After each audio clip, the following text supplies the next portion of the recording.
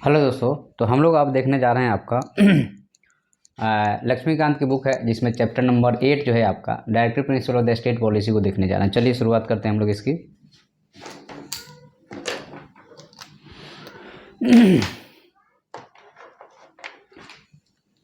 तो आपका यहाँ पे जो बुक है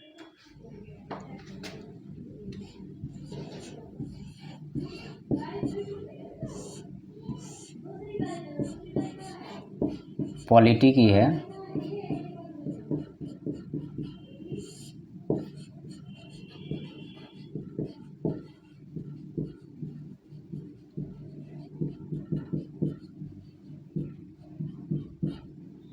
और ये राइटर हो गए आपके एम लक्ष्मीकांत, बहुत फेमस बुक है। तो हम लोग इसके चैप्टर नंबर 8 को देखने जा रहे हैं। तो आपका है यहाँ पे चैप्टर नंबर जो है आपका 8 है और ये है आपको directive principle of the state policy.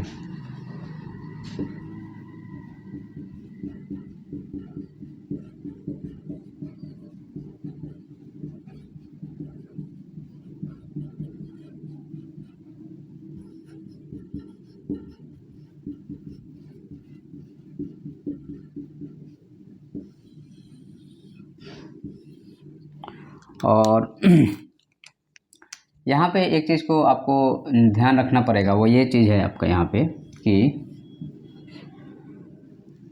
जितने भी आपको जनरल की तैयारी करने वाले लोग हैं जिसमें आपका पॉलिटी आता है वो सब के लिए जो है सो इम्पोर्टेंट है यह बुक और यह चैप्टर।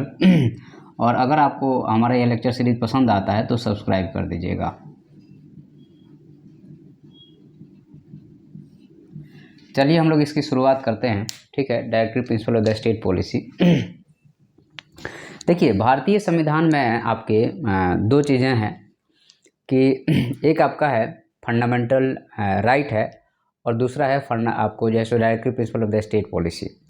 तो यहाँ पे जो directive principle of the state policy है यह एक्चुअल में क्या है कि यह आपको स्टेट के कर्तव्यों को डिफाइन किया गया है कि भारत देश में जो राज्य होगा या भारत देश होगा उसका क्या कर्तव्य होगा, और जो फंडामेंटल ड्यूटी में उसमें हमारे सिटीजन के कर्तव्य हैं कि भारत के प्रति हमारा क्या कर्तव्य होगा। और जो आपको directive principle of the state policy है इसमें यह बताया गया है कि भारत देश का उनके देश के नागरिकों के प्रति क्या कर्तव्य होगा। ठीक है, और फंडामेंटल राइट में नागरिकों के कर्तव्य के बारे में बात किया गया है। तो यह पार्ट 4 में आता है जो हमारे कॉन्स्टिट्यूशन में है और 36 से लेकर के 51 तक इसमें जैसे टोटल नंबर ऑफ आर्टिकल हैं। ठीक है, तो चलिए हम लोग यहाँ पे शुरुआत करते हैं इसकी। तो इसको हम लोग, आपको याद हो तो हम लोग शॉर्ट फॉर्म में इसको लिखे हैं डायरेक्टिव DPSP। ठीक है, directive principle of the state policy बार बार लिखेंगे तो काफ़ी लंबा खींच जाएगा, तो हम लोग इसको शॉर्ट फॉर्म में लिखेंगे DPSP।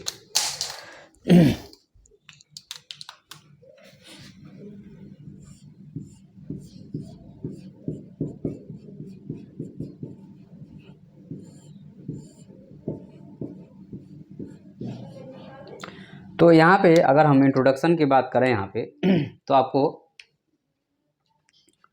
सबसे पहले यहाँ पे यह बात है आपका कि यह जो है आपका जो DPSP है यह आपके पार्ट 4 में है। पार्ट 4 में कॉन्स्टिट्यूशन में है और इसके बाद में इसमें जो आर्टिकल है यह जो है सो आपका 36 से लेकर के 51 तक ये जो है सो आर्टिकल में इसके बारे में बात की गई है। ओके, तो यहाँ पे ये चीज़ें क्लियर होनी चाहिए कि DPSP कहाँ है। ठीक है, अब यहाँ पे चूँकि directive principle of the state policy है तो एक्चुअल में क्या है कि यह जो है सो आपको हम लोगों ने लिया है वह आरिश कॉन्स्टिट्यूशन से लिया है। तो बोरो फ्रॉम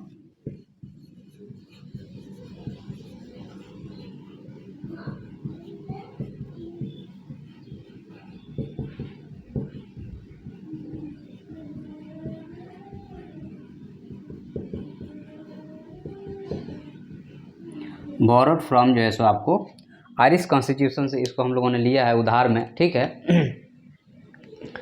और यहाँ पे एक्चुअल में क्या है कि बोरोड आइडिया जो है सो हम लोगों ने आयरिश से लिया है जो कि आपको 1937 में यहाँ पे कॉपीड किया इन्होंने स्पेनिश कॉन्स्टिट्यूशन से।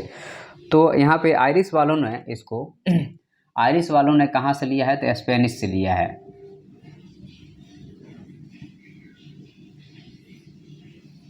जो कि 1937 की बात है। ओके, अब यहाँ पे जो नेक्स्ट पॉइंट है, अगर हम लोग उसके तरफ आगे बढ़े हैं तो हम लोग क्या देखते हैं आपका कि यहाँ पे जो अंबेडकर जी हैं उनका कहना है कि अकॉर्डिंग टू डॉक्टर अंबेडकर,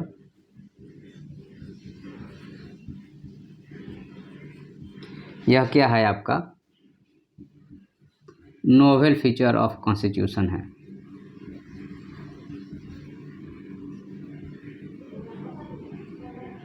यह जो है सो आपका novel features of the constitution है, जिसको हमें ध्यान रखना है। ठीक है, यह जो है सो आपको एग्जाम में पूछ देता है कई बार कि novel features of the constitution क्या है।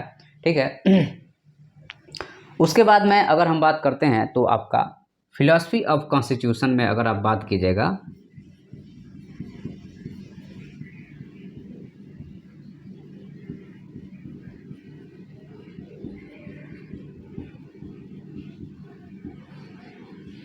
तो कॉन्स्टिट्यूशन के फिलॉसफी की अगर हम बात करते हैं तो यहाँ पे दो चीज़ आता है जिसको आपको हमेशा ध्यान रखना है। ठीक है, तो यहाँ पे एक आता है फंडामेंटल राइट, जिसको हम FR लिख देते हैं, और दूसरा आता है DPSP। यह जो है सो दोनों एक तरह से कहा जाए तो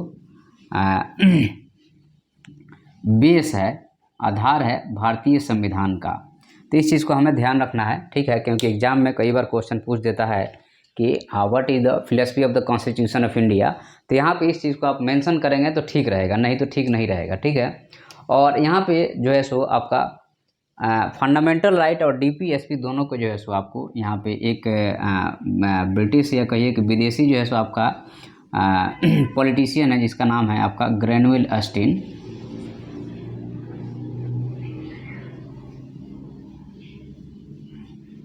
तो इनका कहना है कि यह जो है सो आपका कॉन्साइजनेस ऑफ द कॉन्स्टिट्यूशन है।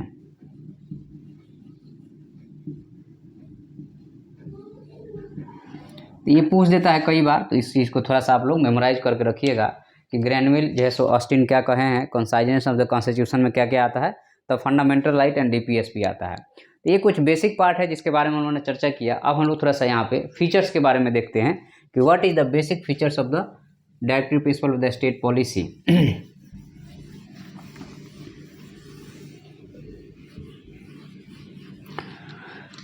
चलिए,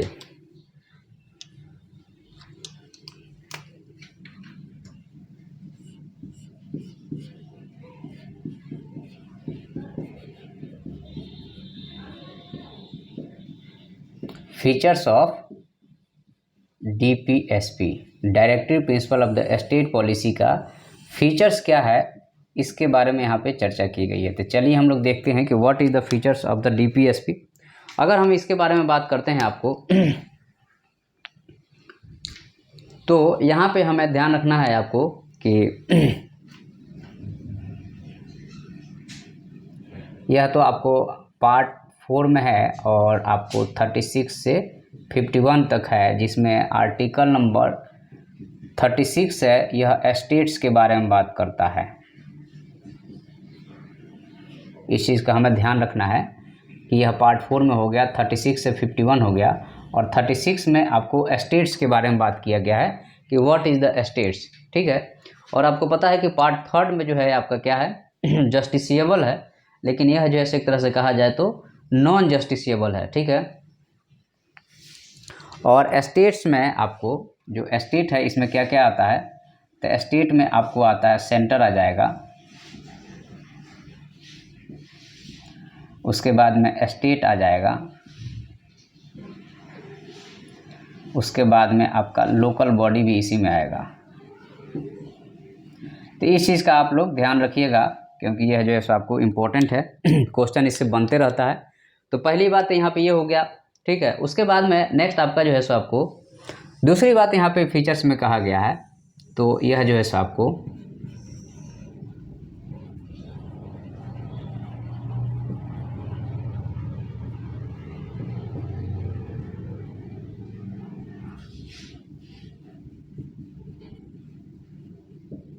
यह आपका इंस्ट्रूमेंट ऑफ द इंस्ट्रक्शन है। इस चीज़ को हमें ध्यान रखना है कि यह इंस्ट्रूमेंट ऑफ द इंस्ट्रक्शन है।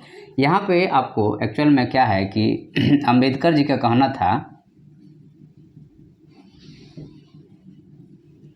कि जो यह इंस्ट्रूमेंट है, यह जो है सबको एक तरह से कहा जाए तो गवर्नर जनरल ऑफ इंडिया ने 1935 में जो आपको इंस्ट्रूमेंट ऑफ इंस्ट्रक्शन को IOI हम लिख देते हैं, जो यहाँ पे आपको IOI था उनका, या कहिए कि गवर्नर ऑफ स्टेट के लिए था,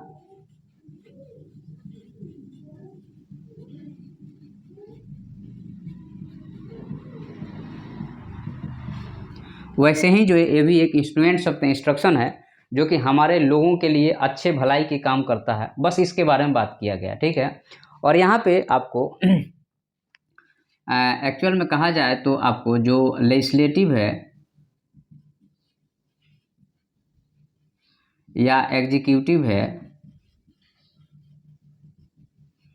इन दोनों को इसको फॉलो करना चाहिए।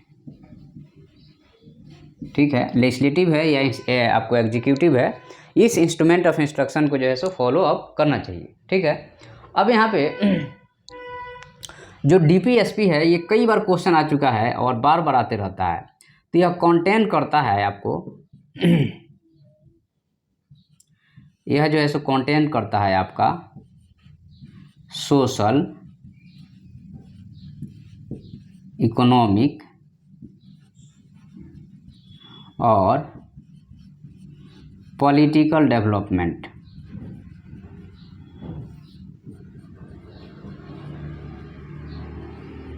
तो यह जो है सो आपको कंटेन करता है आपका social, economic and the political development को। इस चीज़ को हमेशा ध्यान रखिएगा, कई बार क्वेश्चन पूछ देता है इससे कि डायरेक्टिव प्रिंसिपल ऑफ द जो स्टेट पॉलिसी है वो सोशल इकोनॉमिक की बात करता है, लेकिन यहाँ पे आपको सोशल भी है, इकोनॉमिक भी है, पॉलिटिकल भी है। और सोशल, इकोनॉमिक और पॉलिटिकल से रिलेटेड जितने भी टर्म होंगे वो सारा चीज़ इसमें आ जाएगा। ठीक है, तो इसमें जो है सो आपको एक तरह से कहा जाए तो जस्टिस आ जाएगा, लिबर्टी आ जाएगा,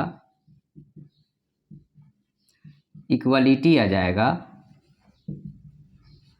फ्रेटर्निटी आ जाएगा।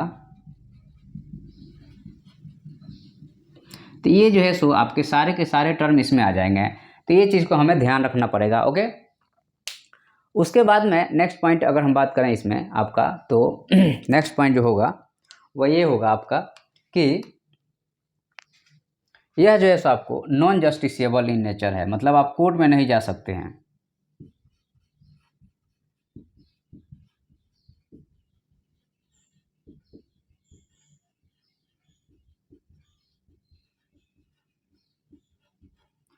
यह जो है सो नेचर वाइज देखा जाए तो यह नॉन जस्टिसेबल है, मतलब कि आप इसके लिए कोर्ट में नहीं जाके खड़े हो जाएंगे कि सर ये राइट संविधान में दिया है या ऐसा लिखा है तो आप उसको हमें दीजिए। नॉन जस्टिसेबल इन नेचर है, बट जो कोर्ट है यूज करता है for delivering judgement.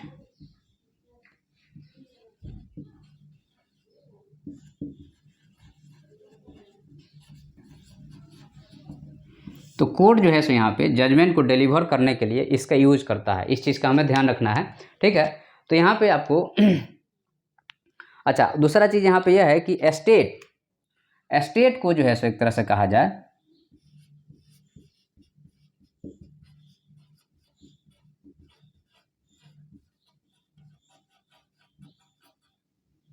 Direction of a state to doing welfare work, okay, और stop behaving like police state. This is the very important point कि अगर आपको यहाँ पे क्या करना है कि जो काम करना है, तो यहाँ पे स्टेट का काम जो है सो पुलिस स्टेट का नहीं है, मतलब पुलिस जैसा डंडा नहीं भाजेगा, जनरली लोग डंडा भाजते रहते हैं, तो इस चीज़ का हमें ध्यान रखना है। ठीक है, और यहाँ पे एक तरह से कहा जाए तो कि जो कोर्ट एग्जामिन करता है इस वाले पॉइंट पे, तो यहाँ पे एक्चुअल में क्या होता है कि आपको आर्टिकल नंबर 39 और जो है सो 14, 19 और एक तरह से कहा जाए तो 21, इसमें जो है सो हमारे साथ जो है सो कॉन्फ्लिक्ट होते रहता है। 21 नहीं है मेरे ख्याल से, ये 31 है। तो इस कॉन्फ्लिक्ट को रिजॉल्व करने में भी यहाँ पे कोर्ट इसका यूज करता है। तो हम लोगों ने यहाँ देखा क्या देखा, तो हम लोगों ने आपको देखा कि फीचर्स क्या है directive principle of the state policy के। उसके बाद में जो है सो यहाँ फीचर्स में आपको पहला तो ये है कि पार्ट 4 में रखा हुआ है 36 से 51 है। 36 में स्टेट के बारे में बात की, सेंटर स्टेट और जैसे लोकल बॉडी हो गया। इंस्ट्रूमेंट ऑफ द इंस्ट्रक्शन की अगर आप बात कीजिएगा आपको, तो यहाँ पे अंबेडकर जी कह रहे हैं कि आपको इंस्ट्रूमेंट ऑफ इंस्ट्रक्शन ये आपको वहाँ से लिया गया है जब आपको गवर्नमेंट ऑफ इंडिया 1935 में गवर्नर जनरल को इंस्ट्रक्शन दिया गया है कि भारतीय लोगों के साथ कैसा बिहेव करना है या कैसा वर्क करना है। उसके बाद में यह जैसे कंटेंट जो करता है सोशल इकोनॉमिक और पॉलिटिकल आपको डेवलपमेंट के बारे में बात करता है। और यह कई बार क्वेश्चन में आ चुका है। सोशल इकोनॉमिक जनरली लोग समझ जाते हैं, पॉलिटिकल बोल देते हैं कि फंडामेंटल राइट पॉलिटिकल है, सोशल इकोनॉमिक ही है, गलत है। सोशल इकोनॉमिक और पॉलिटिकल तीनों डेवलपमेंट की यहाँ पे बात की गई है। और जस्टिस, लिबर्टी, इक्वालिटी, फ्रेटर्निटी हो गया। और नॉन जस्टिसेबल है लेकिन कोर्ट को मदद करता है आपको प्रॉपर रूप से आपको जस्टिस को डिलीवरिंग में। ओके, आगे हम लोग बढ़ते हैं और इसके बाद हम नेक्स्ट हम लोग देखने जा रहे हैं आपका फीचर्स के बाद में आपका कि क्लासिफिकेशन के बारे में बात होती है कि आपको directive principle of the state policy के क्लासिफिकेशन की बात होती है।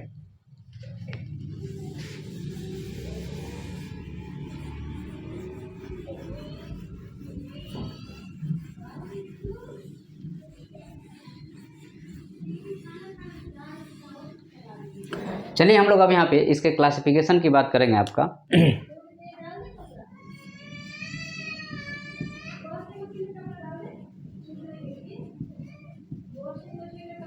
Classification of DPSP।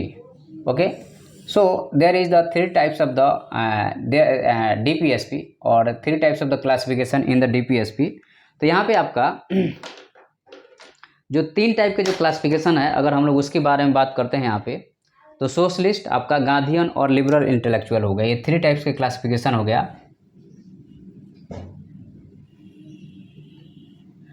तो यहाँ पे सबसे पहले सोशलिस्ट हो गया।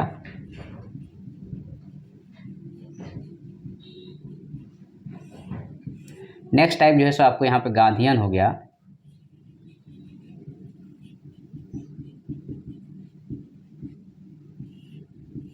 और तीसरा टाइप हो गया लिबरल इंटेलेक्चुअल।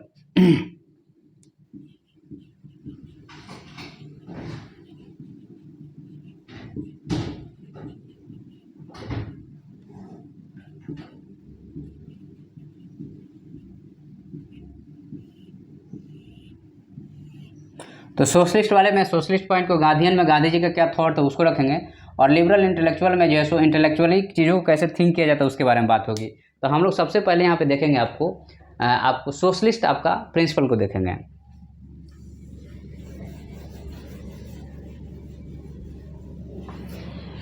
चलिए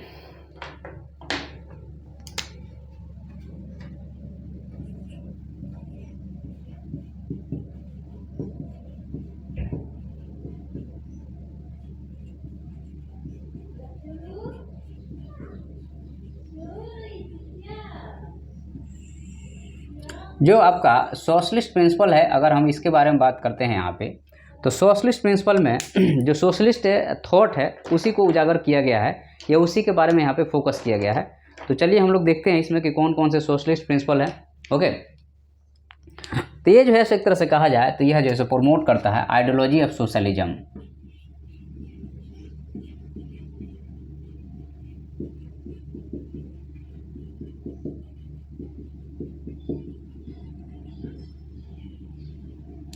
यह आपके सोशलिज्म के आइडियोलॉजी को जो है यह क्या कर रहा है आपका प्रमोट कर रहा है। ठीक है, तो आइडियोलॉजी ऑफ द सोशलिज्म को यह प्रमोट कर रहा है यहाँ पे। और यहाँ पे आपको जो बात कर रहा है वह बात कर रहा है आपको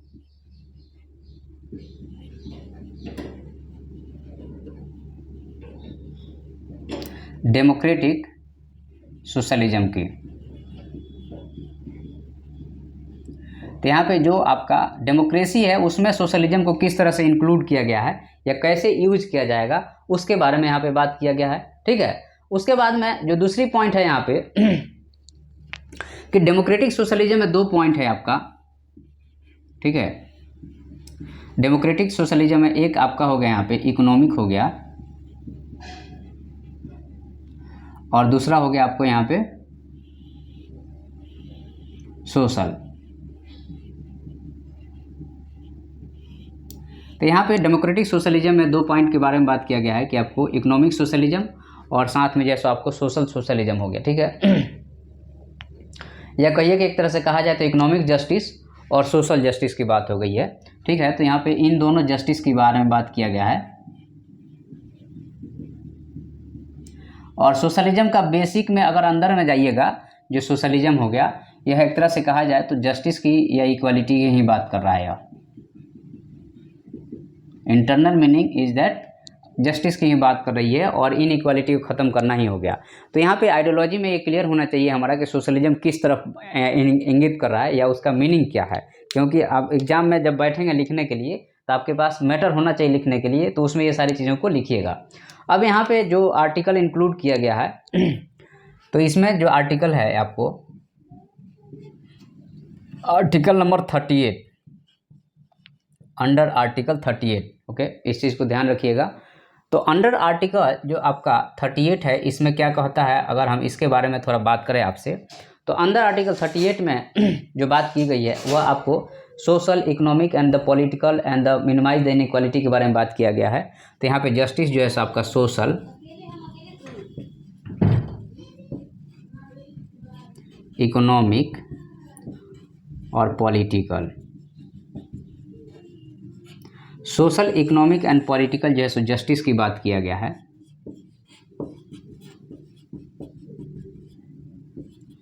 और फिर मिनिमाइज इनइक्वालिटी,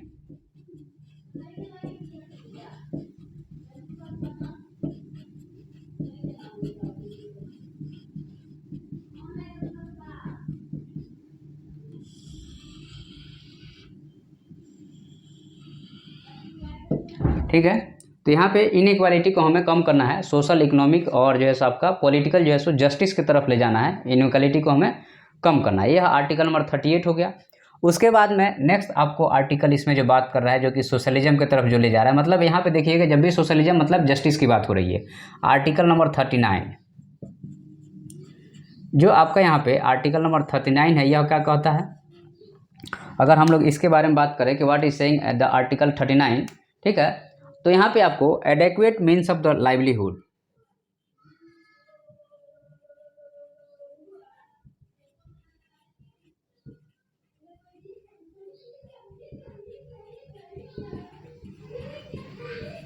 तो आपका जो लाइवलीहुड होना चाहिए, जीने का तरीका होना चाहिए, वह एक मीनिंगफुल होना चाहिए, एडेक्वेट प्रॉपर रूप से होना चाहिए। Adequate meanings of the livelihood हो गया, ठीक है। उसके बाद में जो है सो adequate means of the livelihood में, चूँकि भारत देश में हम भी रहते हैं और आप भी रहते हैं, तो इक्विटेबल डिस्ट्रीब्यूशन ऑफ रिसोर्सेज भी होना चाहिए।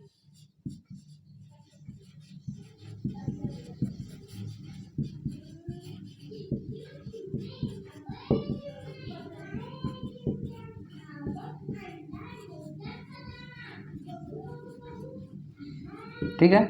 तो आपका जो आपका इक्विटेबल डिस्ट्रीब्यूशन ऑफ रिसोर्सेस होना चाहिए, adequate means of the livelihood होना चाहिए। नेक्स्ट पॉइंट जो है इसमें वह ये है कि आपका prevention of the concentration of wealth. तो यहाँ पे आपको स्टॉप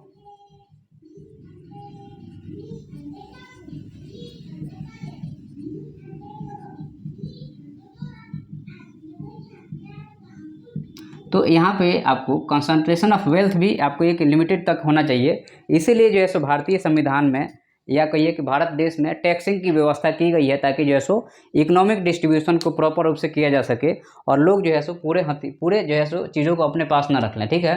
उसके बाद नेक्स्ट पॉइंट है आपका यहाँ पे equal pay for equal work.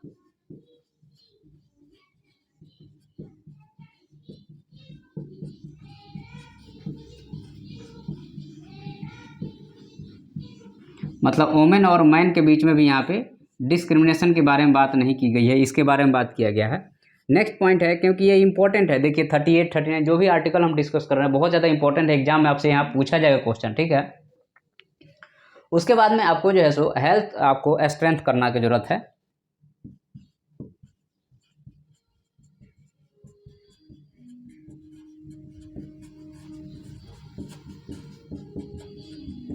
तो आपको हेल्थ भी बचाने की ज़रूरत है और चाइल्ड को भी आपको यहाँ पे बचाने की ज़रूरत है। प्रोटेक्ट हेल्थ एंड चाइल्ड हो गया, जो कि आपको जैसा article number adequate means of the livelihood और बाकी सारी चीज़ें यार उसमें हो गया, ठीक है।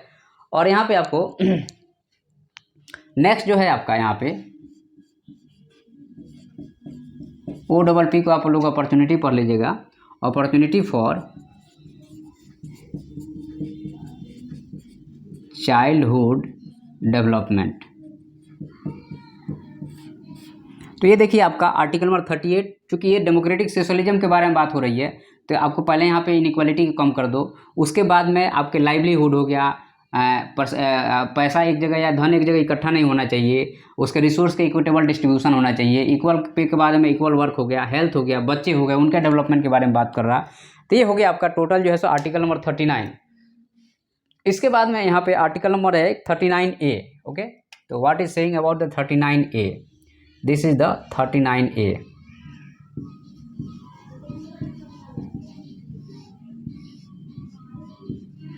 तो जो आपका यहाँ पे 39A आर्टिकल है, अगर इसके बारे में हम लोग बात करें यहाँ पे, तो यह आपको आपको जस्टिस के लिए आपको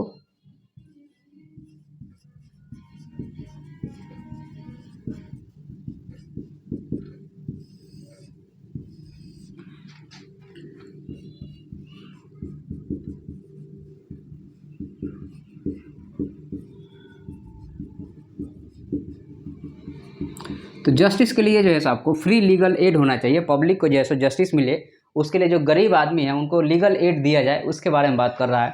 उसके बाद में नेक्स्ट आपका जो आर्टिकल है वह आर्टिकल नंबर जो है सो आपको 41 है। चलिए हम लोग 41 को देखते हैं।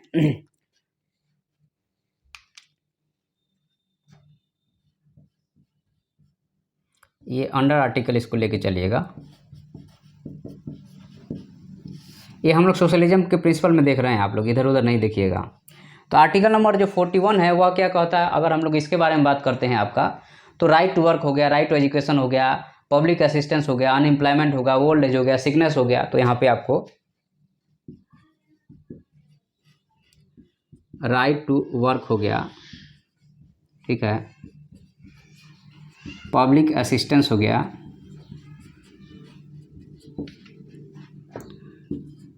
सेव आपका ओल्ड एज हो गया। तो ये जो है सो आपको यहाँ पे राइट टू वर्क हो गया, पब्लिक असिस्टेंस हो गया, सेव आपको ओल्ड एज हो गया, सिकनेस हो गया, डिसेबल है उनको जो है सो प्रोटेक्ट करने की बात हो गई, ठीक है। आपको अनएम्प्लॉयमेंट को रिड्यूस किया जाए।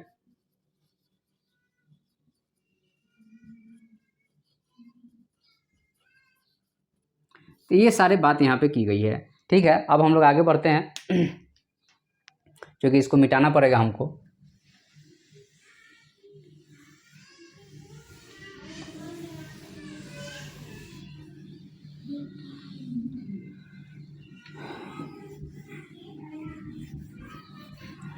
तो अब हम लोग यहाँ देखेंगे आपको इसके बाद में 41 के बाद में जो नेक्स्ट आर्टिकल है उसके बारे में देखेंगे हम लोग। तो नेक्स्ट जो आर्टिकल है इसमें वो ये है 42 है आपका, ठीक है।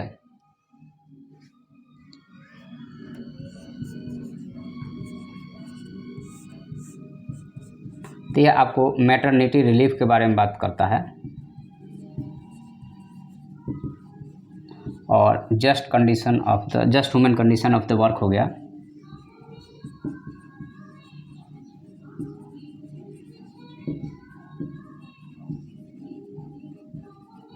ठीक है, तो यहाँ पे मैटरनिटी रिलीफ हो गया, और जो है so just human condition of the work के बारे में बात कर रहा है। नेक्स्ट आर्टिकल अगर हम लोग देखेंगे यहाँ पे तो हमारा जो है सो आपको आर्टिकल नंबर 43 कहता है, ठीक है।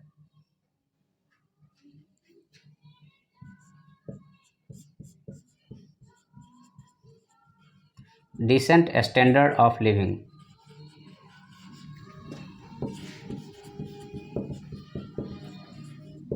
तो लिविंग का कंडीशन भी हमें डिसेंट होना चाहिए, अच्छा होना चाहिए। ये नहीं कि हम जैसे कचरे पट्टी में जी रहे हैं, वैसे भारत के सिटीजन जैसे कचरे पट्टी में जीते हैं, इसमें कोई दो राय नहीं है। लेकिन यहाँ पे इसके बारे में बात किया गया कि सरकार इसके लिए काम करेगा, ठीक है। उसके बाद में जो 43A है यह बाद में लाया गया था, जिसमें कहा गया आपको कि वर्कर जो है आपको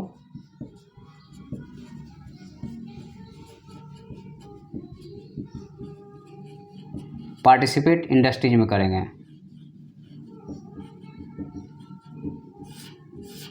तो ये जो है सो आपका आपको सोशलिस्ट प्रिंसिपल की जो चीज़ें थी उसके बारे में हम लोगों ने डिस्कस किया। 38, 39, 39A, 41, 42, 43 और 43A है। और सबसे लास्ट में एक और इसमें है जो कि आर्टिकल नंबर 47 कहता है to raise the level of the nutrition standard of living जो है सो एंड पब्लिक हेल्थ के बारे में बात किया गया है। तो यह जो है सो आपको आर्टिकल नंबर 47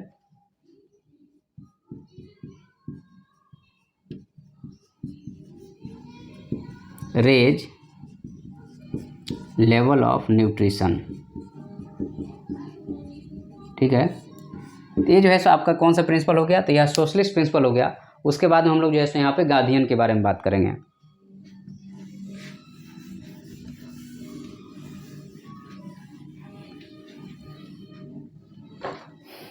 कि गांधीयन प्रिंसिपल आपका क्या कहता है।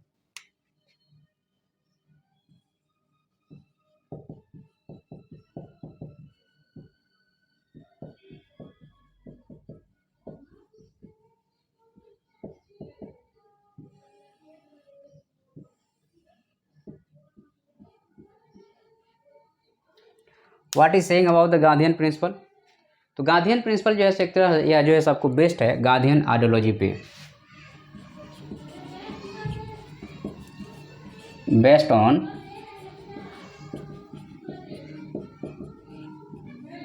Gandhian ideology.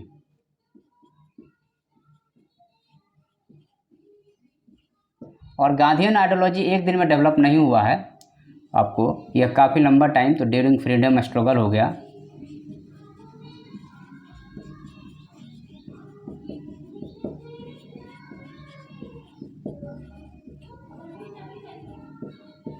During freedom struggle हो गया। और यह जो है आपको बॉटम टू टॉप मॉडल पे इनका जो प्रिंसिपल है कि हमको नीचे से ऊपर डेवलपमेंट ले जाना चाहिए, जबकि आपको नेहरू जी का था कि हमें टॉप से बॉटम आना चाहिए, ठीक है। तो ये जो है सो हमारा गांधीयन आइडियोलॉजी या गांधीयन प्रिंसिपल बेस्ड हमारा डेवलपमेंट मॉडल हो गया। अब हम लोग इसको शुरू करते हैं आपका। तो यहाँ पे आपको आर्टिकल नंबर 40 हो गया जो कि आपको ऑर्गेनाइज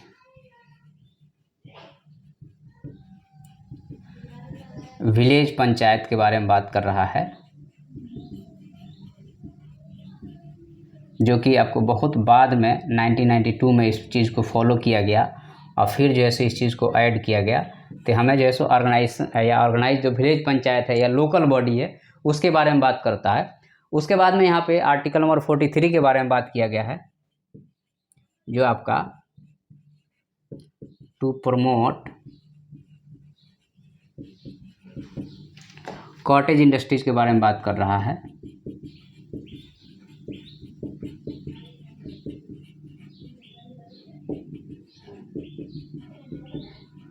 टू प्रमोट जो है सो आपका कॉटेज इंडस्ट्रीज के बारे में बात कर रहा है। नेक्स्ट जो हमारा आर्टिकल है उसके बारे में अगर हम बात करें तो हमारा 43B हो गया, ठीक है।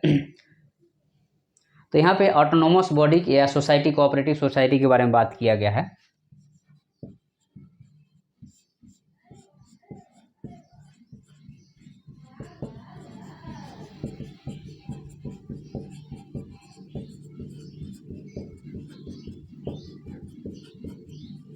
कोऑपरेटिव सोसाइटीज़ के बारे में बात किया गया है जो कि एक तरह से कहा जाए तो यह एक ऑटोनोमस बॉडी हो गया।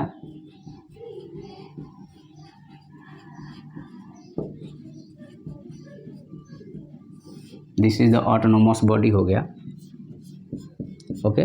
नेक्स्ट वन जो है हमारा यहाँ पे SC/ST पे भी गांधी जी का ध्यान गया है।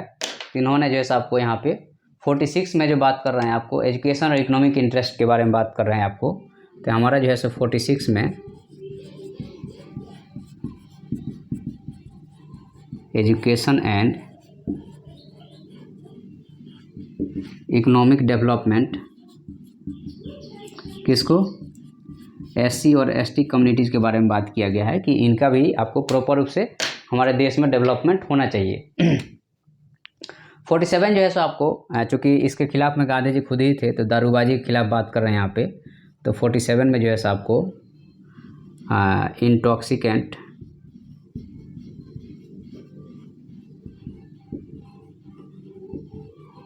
इसको स्टॉप करने के बारे में बात कर रहे हैं कि इसका यूज नहीं होना चाहिए या कम होना चाहिए, इसके बारे में यहाँ पे बात किया गया है। नेक्स्ट पॉइंट जो है आपका 48 हो गया। आपको यहाँ पे ये बड़ा ही मतलब वो है, एक तरह से कहा जाए तो स्टॉप काउ स्लॉटर।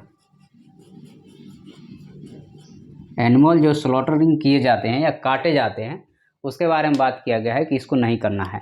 तो हम लोगों ने यहाँ पे आपको काफ जो उनके बच्चे हैं, कैटल इंप्रूव देयर ब्रीड्स वगैरह के बारे में बात किया गया है। तो देखिए यहाँ पे जो बात की गई है आपका कि गांधीयन प्रिंसिपल में, चूँकि गांधी जी की जो अपनी आइडिया है जो कि फ्रीडम स्ट्रगल के दौरान धीरे धीरे डेवलप हुआ, उसके बारे में बात किया गया है। विलेज पंचायत के बारे में 43 में जो है सो कॉटेज इंडस्ट्री, जो लोकल लेवल पे घर घर घरेलू इंडस्ट्रीज के बारे में बात कर रहे हैं। 43 में कोऑपरेटिव सोसाइटी हो गया, जो कि बहुत बाद में आता है यह तो। 46 में education and the economic development SC और ST का जो लिक्योर है और जो ड्रग्स है उसको रोका जाए यहाँ पे। अब 48 में जैसे stop the cow slaughter animal और ब्रीड डेवलपमेंट, नए नए ब्रीड डेवलपमेंट की बात होती है। तो यहाँ पे आप ये भी ऐड कर सकते हैं, टू डेवलप न्यू ब्रीड्स। तो ये हमारा हो गया क्या, तो हमारे गांधीयन प्रिंसिपल के बेसिस पे जितनी भी सारी पॉइंट थे उसको हम लोगों ने यहाँ डिस्कस कर लिया। नेक्स्ट पॉइंट की तरफ अगर हम बढ़ते हैं यहाँ पे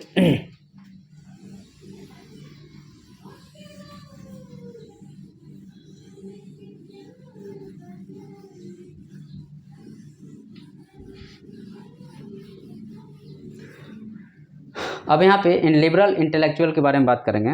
what is the saying about the liberal intellectual principal.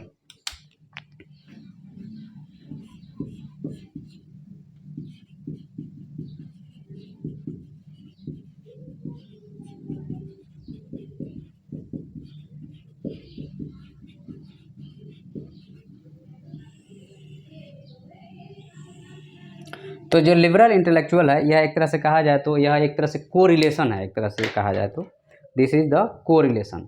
Okay, तो इसके बारे में हम लोग थोड़ा देखते हैं कि what is the saying about the liberal intellectual principle. तो यहाँ पे आपका है, सबसे पहले आपको आइडियोलॉजी ऑफ लिबरलिज्म को प्रमोट करता है।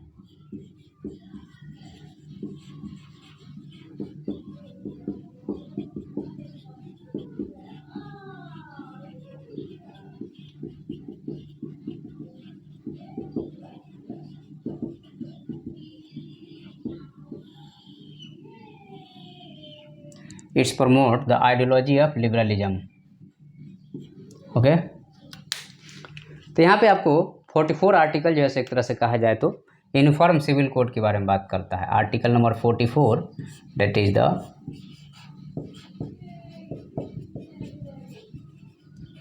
Uniform civil code. Okay, talking about the uniform civil code हो गया। उसके बाद में नेक्स्ट जो हमारा आर्टिकल है यह है आपका आर्टिकल नंबर 45 के बारे में बात करता है कि चाइल्डहुड केयर के बारे में।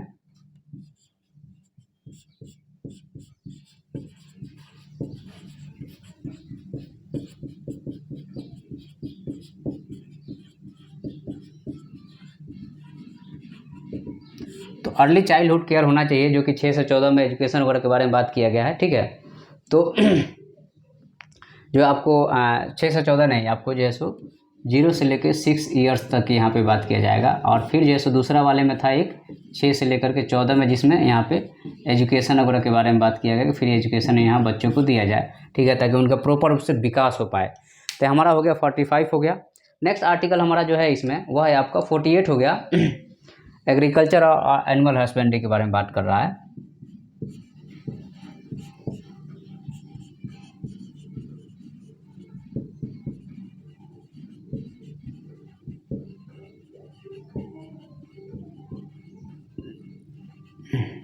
ठीक है, एग्रीकल्चर और एनिमल हस्बेंड्री के बारे में बात कर रहा है। यह आर्टिकल नंबर 48 हो गया।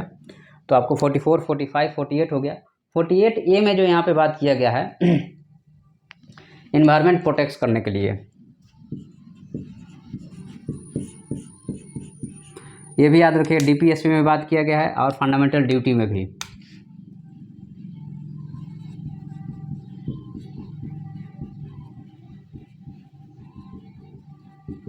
हमें इन्वायरमेंट और वाइल्ड लाइफ को क्या करना है, यहाँ पे प्रोटेक्ट करना है।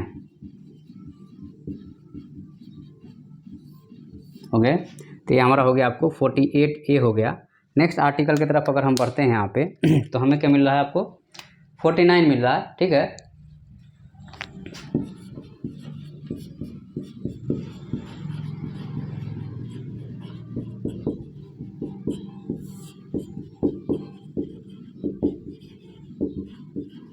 बिल्डिंग और जो मोनूमेंट्स है उनको प्रोटेक्ट करने की बात होती है, प्लेसेस है उनको प्रोटेक्ट करने के बारे में बात होती है, ठीक है। उसके बाद में आपको यहाँ पे 59 हो गया, 50 हो गया आपको कि आपको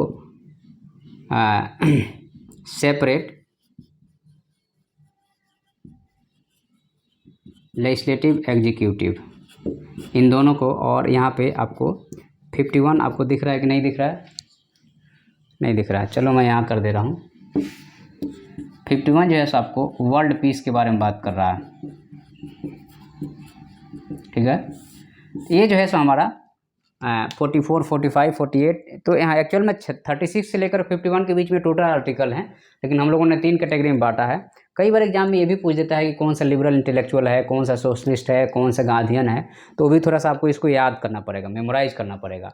जैसे 44 इन्फॉर्म सिविल कोड हो गया, 45 अर्ली चाइल्डहुड केयर हो गया, 48 एग्रीकल्चर एनिमल हस्बेंड्री हो गया, 48 में इन्वायरमेंट और वाइल्ड लाइफ को प्रोटेक्ट करना है, तो ये आपको फंडामेंटल ड्यूटी में भी था। 49 में मोनूमेंट और बिल्डिंग कल्चर में था, आपको वो भी उसमें था। 50 में जैसे सेपरेट लेजिस्लेटिव एग्जीक्यूटिव, 51 में वर्ल्ड पीस के बारे में बात कर रहा है, ठीक है। अब हम लोग इसका थोड़ा सा क्रिटिसिज्म और बाकी सारी चीज़ को देखेंगे, ठीक है। तो चलिए हम लोग उसकी शुरुआत करते हैं।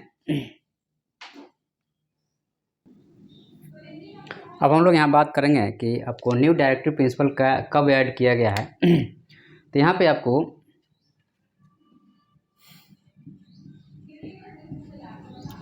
Forty-second amendment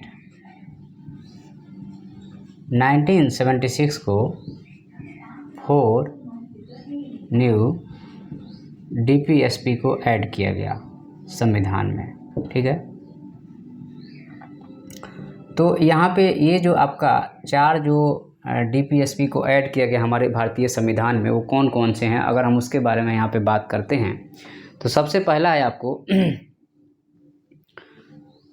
healthy development of the children, healthy development of children, ठीक है। तो सबसे पहले इसको ऐड किया गया और यह आपको आर्टिकल नंबर 39 में,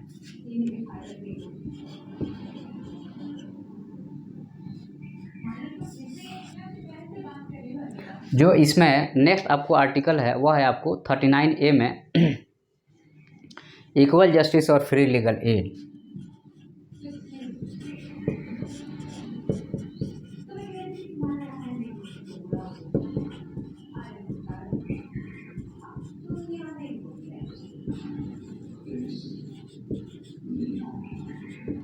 तो इक्वल जस्टिस और फ्री लीगल एड को यहाँ पे ऐड किया गया आपको 39A में।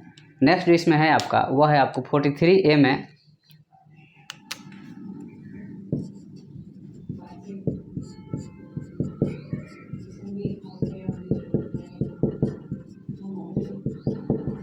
Participation of worker in industries.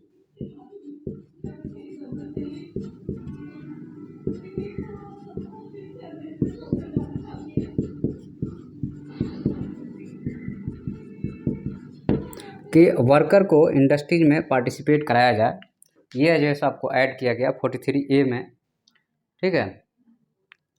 और उसके बाद में 48A में जो है सो आपको एनवायरनमेंट और वाइल्ड लाइफ, 48A में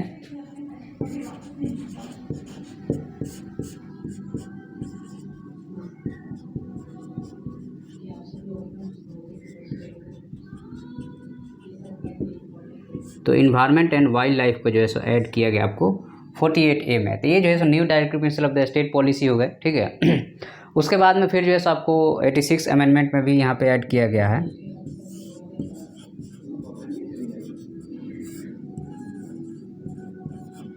जैसे 6 से आपको 14 वर्ष के जो बच्चे हैं इनको 21A में भी ऐड किया गया है, जो कि फ्री एजुकेशन के बारे में बात करता है,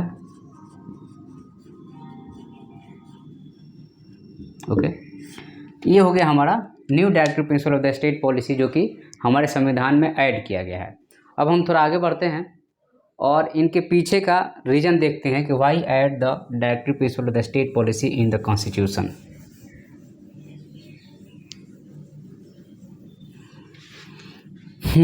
चलिए, sanction behind the directive principle या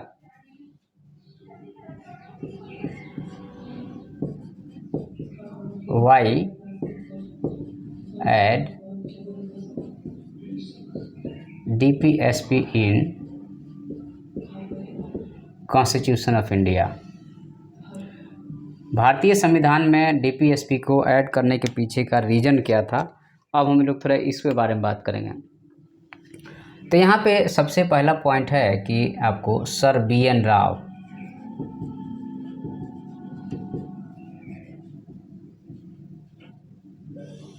सर BN राव जो थे यह क्या थे, तो यह जैसे एक तरह से कहा जाए तो कॉन्स्टिट्यूशनल एडवाइज़र थे, ठीक है।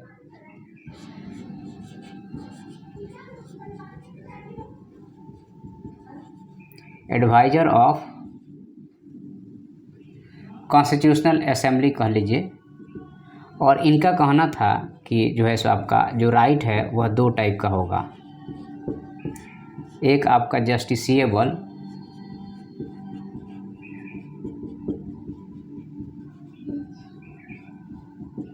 और दूसरा होगा नॉन जस्टिसिएबल। ओके, तो जस्टिसिएबल में यहाँ पे आया फंडामेंटल राइट और नॉन जस्टिसिएबल में यहाँ पे आया DPSP। Okay, according to sir BN Rao, he was a constitutional advisor. He said that there is the two types of the right, one is the justiciable and another one is the non-justiciable. Okay, so fundamental right put in the part 3rd of the constitution and it's put in the part 4 of the constitution. Okay, तो यहाँ पे इनका यह बात कहना था sir BN Rao का, तो उसी के आधार पर इस चीज़ को ऐड किया गया, ठीक है। उसके बाद में दूसरी चीज़ यहाँ पे यह है कि हम लोग जो है सो आपको नॉट अ पुलिस स्टेट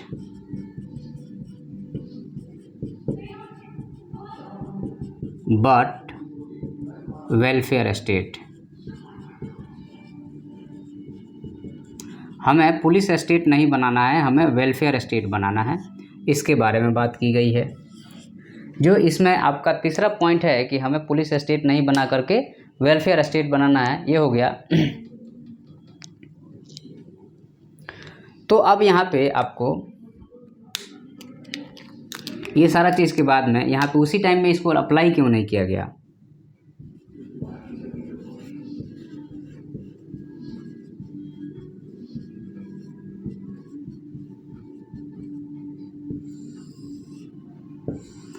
तो DPSP को यहाँ पे उसी टाइम पे अप्लाई क्यों नहीं किया गया, अगर इसके बारे में कहा जाए तो हमारे पास में एनफ रिसोर्स नहीं था।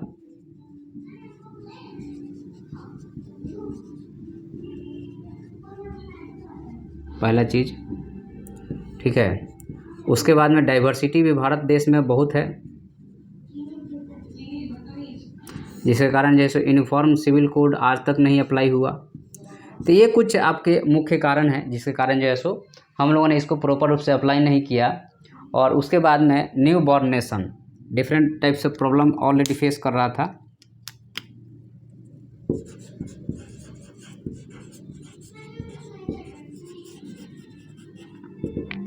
तो न्यू बॉर्न नेशन ऑलरेडी जैसे डिफरेंट टाइप के प्रॉब्लम फेस कर रहा था। अगर हम लोग इस टाइप की चीज़ें और इसमें अगर इम्प्लीमेंट कराते तो it may be possible that there is the too much problem happen after the application of this things. Okay, due to that इसको जो है सो अप्लाई नहीं कराया गया। ओके, तो यहाँ पे ये चीज़ें आपको क्लियर होनी चाहिए कि उस टाइम पे क्यों नहीं अप्लाई हुआ। अब हम लोग यहाँ पे देखेंगे सैंक्शन बिहाइंड के बाद में नेक्स्ट पॉइंट जो है यहाँ पे वह है आपका कि आपको क्रिटिसिज्म क्या है, what is the criticism of the DPSP। इस चीज़ को हम लोग देखते हैं कि what is the basic criticism of the DPSP। चलिए,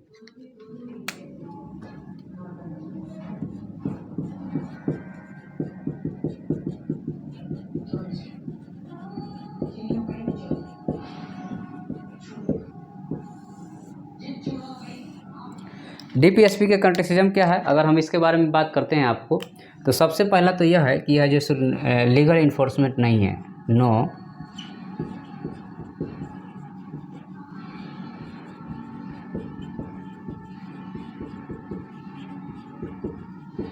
इसके लिए आप जो है सो कोर्ट में नहीं जा सकते हैं कि यह राइट आपको कॉन्स्टिट्यूशन ने दिया है और जो है सो आपको भारत सरकार हमें नहीं दे रही है, तो इसके लिए आप कोर्ट नहीं जा सकते हैं।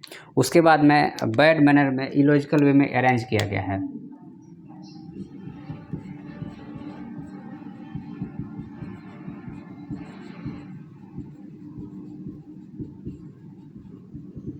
तो आपको नेक्स्ट है कि यह जैसे आपको इलॉजिकल वे में, मतलब प्रॉपर वे में अरेंजमेंट में नहीं है, जैसे हम लोगों ने इस चीज़ को फंडामेंटल ड्यूटी में भी देखा था। और यह जैसो आपका कंजर्वेटिव नेचर है।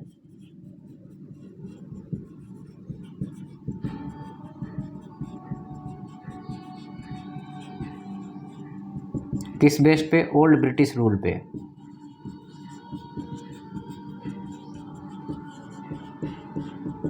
कंजर्वेटिव नेचर हो गया, ओल्ड ब्रिटिश रूल के आधार पे इसको बनाया गया है, जो कि आज के डेट के लिए सस्टेनेबल नहीं है, ठीक है।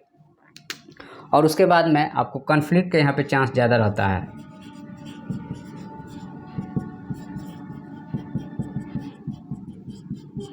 और यहाँ पे कॉन्फ्लिक्ट हमें देखने को मिलता है गवर्नमेंट और कोर्ट्स में। उसके बाद में जो है सो आपको प्रेसिडेंट एंड प्राइम मिनिस्टर में यहाँ पे देखने को मिलता है। उसके बाद में सीएम और गवर्नर के बीच में, ठीक है। तो ये जो है सो आपका क्रिटिसिज्म ऑफ द डीपीएसपी हो गया। नेक्स्ट पॉइंट हम लोग देखेंगे utility. What is the utility?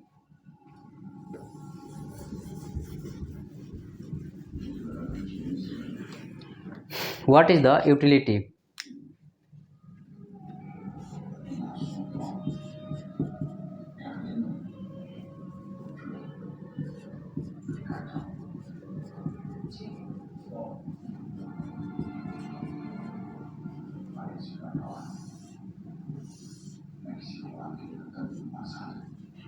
DPSP की यूटिलिटी क्या है, अगर हम लोग इसके बारे में बात करते हैं यहाँ पे,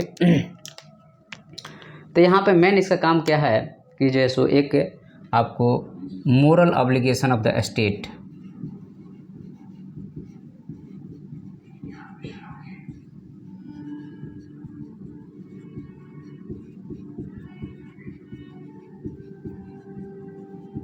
स्टेट की एक आपको मोरल ऑब्लिगेशन है कि वह जैसो सिटीजन के लिए काम करेगा, ठीक है। यह स्टेट को मोटिवेट करता है, ठीक है। और एक तरह से कहा जाए तो प्रोवाइड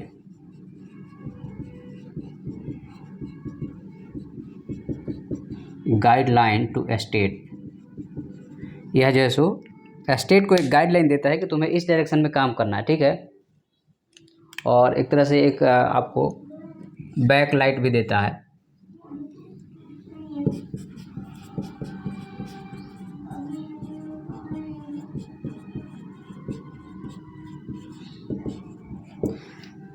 पब्लिक के लाइफ को यहाँ पे यह सेव करने में आपकी मदद कर रहा है, इसके बारे में बात किया गया है।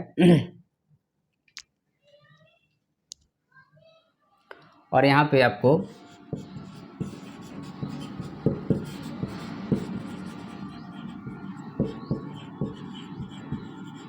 कोर्ट को भी यह जो है गाइड करता है काम करने के लिए, कि जब भी कोर्ट जजमेंट सुना रहा होता है तो वह प्रॉपर रूप से डिसीजन ले सके क्या राइट है और क्या रॉन्ग है, ओके। और यहाँ पे आपको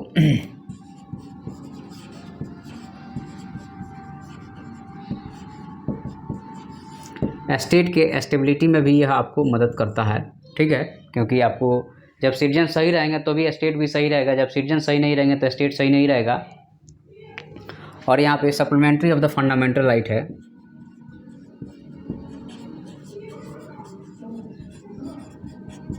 तो यह जैसा आपके फंडामेंटल राइट का क्या है, सप्लीमेंट्री है, ओके। नेक्स्ट पॉइंट जो है इसमें आपको यह जैसे एक तरह से कहा जाए तो सिटीजन हैविंग एक्स्ट्रा बेनिफिट यहाँ से मिलता है सिटीजन को, ठीक है। क्योंकि उसको एक अलग से राइट ही टाइप की चीज़ें हैं, ठीक है, क्योंकि यह स्टेट को फोर्स करता है। अब हम लोग यहाँ देखेंगे आपको directive principle of the state policy और साथ में जैसे फंडामेंटल राइट के बीच में हमेशा एक झगड़ा टाइप का बना रहता है, तो वह क्या है उसके बारे में, तो आपको conflict between fundamental right and DPSP. Okay, तो चलिए हम लोग देख रहे हैं आपका फंडामेंटल राइट और डीपीएसपी के बीच में कन्फ्लिक्ट की बात क्या है। देखिए आपका अगर आप यहाँ पे अगर हम बात करें आपके कन्फ्लिक्ट की, ठीक है, तो कन्फ्लिक्ट की अगर हम यहाँ पे बात करेंगे तो यहाँ पे हो गया आपका फंडामेंटल राइट और यहाँ पे डीपीएसपी। मेनली जो कन्फ्लिक्ट होता है वो होता है आपको 14 में 19 में, और 31C तो खैर बाद में ही आया, तो 14 और 19 में, क्योंकि डीपीएसपी का काम क्या है कि आपको वेलफेयर के काम करना, ठीक है। तो वेलफेयर के काम में कुछ ऐसे काम होते हैं जहाँ पे यहाँ जो आपको राइट टू इक्वालिटी,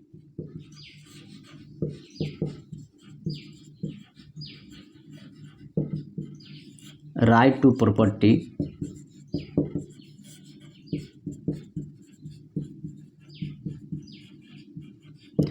तो यहाँ पे कहता है कि कंसंट्रेशन ऑफ वेल्थ नहीं होना चाहिए,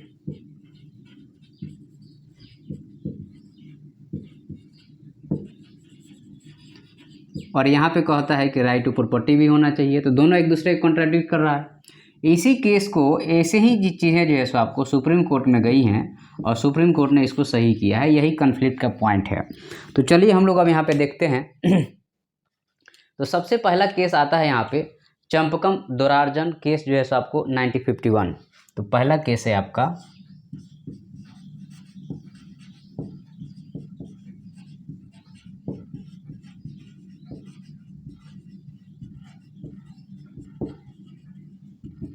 चंपकम दोरार्जन केस 1951, सबसे पहला केस। यहाँ पे बात वही आती है कि आपको फंडामेंटल राइट और जो है सो आपको DPSP, fundamental right versus DPSP में, तो यहाँ पे कोर्ट कहता है, सुप्रीम कोर्ट के यह मामला है कि जो है सो आपको फंडामेंटल राइट ही सही है और डीपीएसपी को पीछे छोड़ देता है यहाँ पे, इस वाले पॉइंट पे, ठीक है। तो इस चीज़ को सबसे पहले यहाँ पे ध्यान रखिएगा। तो डायरेक्टिव प्रिंसिपल जैसे एक तरह से आपको एक सब्सिडरी हो गया फंडामेंटल राइट के 1951 के जजमेंट में। अब इसके बाद में क्या होता है कि आपको फर्स्ट अमेंडमेंट, फोर्थ अमेंडमेंट, ठीक है, और 17th अमेंडमेंट, 3 अमेंडमेंट होते हैं आपको। फर्स्ट अमेंडमेंट, फोर्थ अमेंडमेंट और नेक्स्ट जो है आपका फर्स्ट अमेंडमेंट 1951 में होता है, दैट इज़ द 1951। फिर जो है सो आपको 1954 में होता है दूसरा वाला अमेंडमेंट जो होता है, और जो है सो आपका 17th अमेंडमेंट 1964।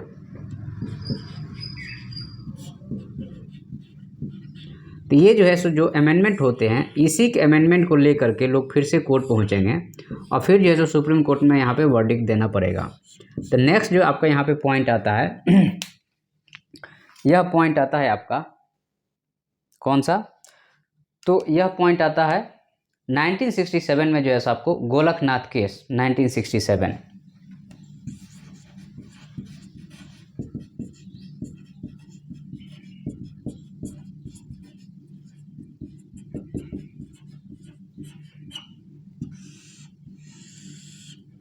तो 1967 में जो आपका तो यहाँ पे एक बात और कही गई थी, अगर आप ध्यान रखें तो आपको कहा गया था कि फंडामेंटल राइट का अमेंडमेंट किया जा सकता है, अमेंडमेंट ऑफ फंडामेंटल राइट, और यहाँ पे जो है सो अंडर आर्टिकल 13 जो है सो ऑर्डिनरी लॉ है, यहाँ पे इस बात को कहा गया था। तो गोलकनाथ केस 1967 में कहा कि आप जो है सो फंडामेंटल राइट को आप अमेंडमेंट नहीं कर सकते हैं, ठीक है। और फिर दूसरा बात कहा यहाँ पे कि under article 13 no ordinary law, यहाँ पे दो बातें कही गई कि फंडामेंटल राइट को अमेंडमेंट नहीं कर सकते हैं और अंडर आर्टिकल 13 जो है सो कोई ऑर्डिनरी लॉ नहीं है। ये बात को कहा गया कब, आपको गोलकनाथ केस 1967 में। अब यहाँ पे जब यह बात आती है तो पार्लियामेंट के जो इंदिरा गांधी की सरकार रहती है वह विफर जाएगी और यहाँ पे ये लोग जो है सो आपका फिर से अमेंडमेंट करना शुरू करेंगे और यहाँ पे आपका यह अमेंडमेंट है आपको 24th amendment 1971, 24th amendment 1971 and 25th amendment 1971। तो आपको यहाँ पे 24 अमेंडमेंट 1971 में अमेंडमेंट किया गया और अमेंडमेंट आपको आर्टिकल नंबर 368 और 13 में कहा गया और कहा गया कि पार्लियामेंट के पास अनलिमिटेड पावर है।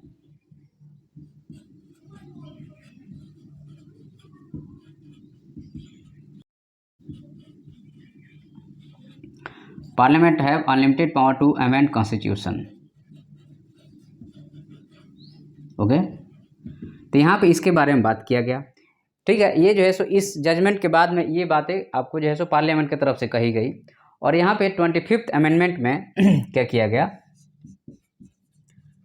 25th अमेंडमेंट 1971 में आपको 31C आर्टिकल को ऐड किया गया पार्लियामेंट में और यहाँ पे आपको 31C को ऐड किया गया और 31C के प्रोविज़न अगर हम देखते हैं आपका तो यहाँ पे दो पार्ट है। आपको दिखाई दे रहा है कि नहीं दे रहा है, नहीं दे रहा है। चलिए हम लोग इसको मिटा के एक बार और हमें चूँकि अच्छे से समझाना पड़ेगा। तो आपको इतना तो समझ में आ गया कि एक्चुअल में चल क्या रहा था। अब हम लोग यहाँ पे आपको देखते हैं आपका 25th अमेंडमेंट 1971 के बारे में।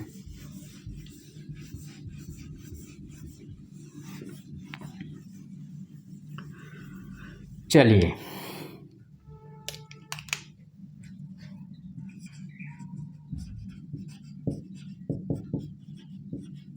25th अमेंडमेंट 1971 में यहाँ पे जो प्रोविज़न यहाँ पे रखा गया है, अगर हम इसके बारे में आपसे चर्चा करें तो पहली बात यहाँ पे यह कही गई है कि कोई भी ऐसा लॉ है अगर हम लोग सोशलिस्ट प्रिंसिपल को अप्लाई कर रहे हैं, जैसे 39B या C को अप्लाई कर रहे हैं, तो जो है सो उसको कोई रोकेगा नहीं। ठीक है, तो अगर हम यहाँ पे बात करता है कि 39B या अगर C आता है तो आपको जो है सो 14 या 19 यहाँ पे नहीं आएगा।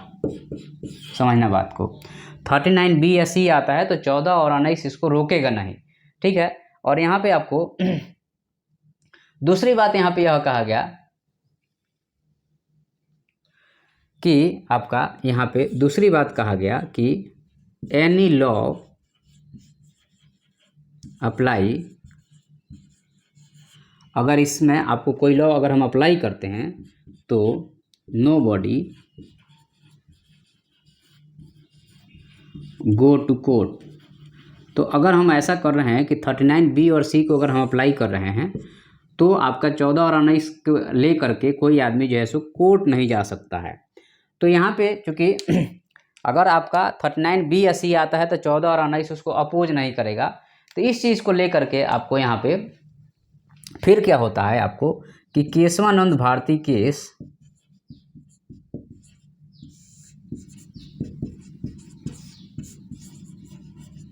1971 आता है, सॉरी 1973। तो यहाँ पे आपको कहा कि 39B और C के लिए जो है सो ठीक है 14 और 19 को हम लोग जो है सो वो कर देंगे, मतलब रोक देंगे, 39B और C को आगे बढ़ाएंगे और इसको जो है सो अगर यह आता है तो यह नहीं आएगा। लेकिन जुडिशियल रिव्यू अप्लाई होगा, तो जुडिशियल रिव्यू जो है सो अप्लाई होगा और इसका क्लॉज जो B है, जो कोई बॉडी कोर्ट नहीं जा सकता है, ये गलत है, तो इसको सुप्रीम कोर्ट डिलीट करवा देता है और इसको अलाउ कर देता है। ओके, यहाँ तक आपको चीज़ें समझ में आ गई होगी। अब हम लोग यहाँ पे आपको देखेंगे आपका फंडामेंटल राइट और DPSP के बीच में अंतर। ये आपका जो है सो कुछ केसेस थे जो कि DPSP से रिलेटेड थे, उसको हम लोगों ने देखा। अब हम लोग यहाँ देखेंगे आपको difference between fundamental right and DPSP। यह आपका फंडामेंटल राइट हो गया और ये आपका DPSP हो गया। Okay, what is the difference? Difference की अगर हम बात करते हैं तो आपको यह नेगेटिव पॉइंट ऑफ व्यू में है, मतलब आपको स्टेट को रोकता है, और यह जैसा आपको पॉजिटिव पॉइंट ऑफ व्यू में है। पहला तो यही पॉइंट हो गया कि एक नेगेटिव पॉइंट है और दूसरा, और यह जस्टिसिएबल भी है, कोर्ट जा सकते हैं, और यह नॉट, यह नहीं जस्टिसिएबल है। ठीक है, तीसरा पॉइंट है इसमें कि एक जस्टिसेबल दूसरा नॉन जस्टिसेबल हो गया। और यहाँ पे आपको जो है सो यह आपको पॉलिटिकल डेमोक्रेसी के बारे में बात कर रहा है।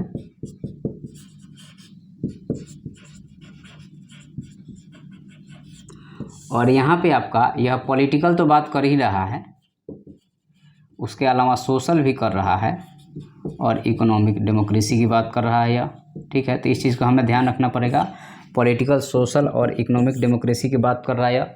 उसके बाद में लीगल वाला हम लोगों ने देख लिया, ठीक है, लीगल। और यहाँ पे दूसरा होगा कि आपको एक तरह से वेलफेयर हो गया, तो इसको आप लीगल रख लीजिए और यह वेलफेयर पे काम कर रहा है, ओके। नेक्स्ट पॉइंट पे अगर हम बात करते हैं यहाँ पे, तो एक्चुअल में यहाँ पे आपको या जो सो आपको सेल्फ अप्लाई है कुछ प्रोविज़न को छोड़ के, और यह सेल्फ अप्लाई नहीं है, मतलब कि इसके लिए हमें लॉ बनाने की ज़रूरत है। ये ऑटोमेटिकली जो है अप्लीकेबल है, कहीं कहीं पे कुछ प्रोविज़न को अगर छोड़ दिया जाए तो मोस्टली जो है सो सेल्फ अप्लीकेबल ही है। ये चीज़ को हमें ध्यान रखना पड़ेगा, ठीक है। उसके बाद में नेक्स्ट जो है सो आपका यहाँ पे अगर हम कुछ बात करते हैं आपका, तो आपको 39B और C वाला तो हम लोग देख ही लिए थे, तो उसमें अब कुछ बात बचा ही नहीं है। हाँ, यहाँ पे एक चीज़ ज़रूर है जिसको हम आपको यहाँ पे हाईलाइट करना चाहेंगे इसके बाद में, कि जो एक मिनर्वा मिल केस आपको 1980 है, तो इसमें क्या कहा गया है,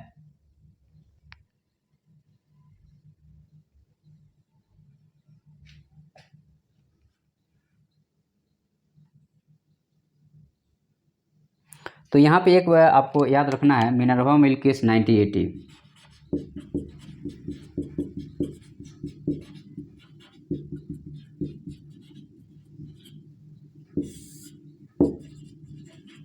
यहाँ पे कहा गया कि फंडामेंटल राइट और DPSP जो है सो तरह आपको एक तरह से बेडरॉक है, बढ़िया से इसको अरेंज किया गया है, आपको बहुत ज़्यादा टेंशन लेने की ज़रूरत नहीं है।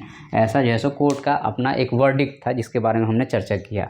अब हम यहाँ पे ये लास्ट है, इसके बाद में एप्लीकेशन देखेंगे कि DPSP का एप्लीकेशन क्या है। थोड़ा बड़ा चैप्टर है तो टाइम तो लगेगा ही, आपका 1 घंटा लग गया होगा मेरे को लगता है, उससे क्रॉस भी कर गया होगा। तो हम लोग आप देखेंगे यहाँ पे एप्लीकेशन क्या है DPSP का, और फिर फाइनली जो है सो हम लोग आगे बढ़ेंगे और जो है सो इसको नया वाला कुछ पार्ट है उसको देख करके फाइनलाइज करेंगे। तो अप्लाई की बात करें हम लोग, एप्लीकेशन,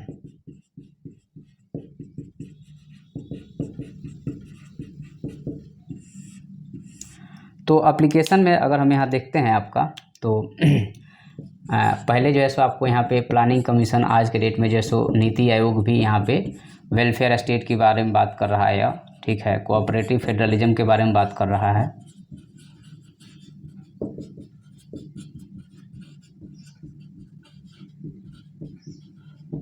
ओके, जो इसमें दूसरा पॉइंट है, एक तो आपको प्लानिंग कमीशन नीति आयोग हो गया, उसके बाद में दूसरा है यहाँ पे जमींदार जागीरदारी को ख़त्म किया गया, यहाँ पे अनटचेबिलिटी को ख़त्म किया गया,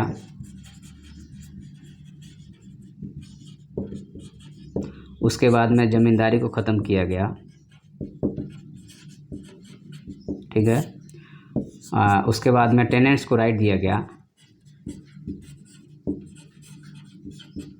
ठीक है। नेक्स्ट पॉइंट जो है यहाँ पे कि आपको मिनिमम वेज एक्ट आता है, ठीक है, तो वेजेस से रिलेटेड बहुत सारे यहाँ पे सुधार किए गए हैं,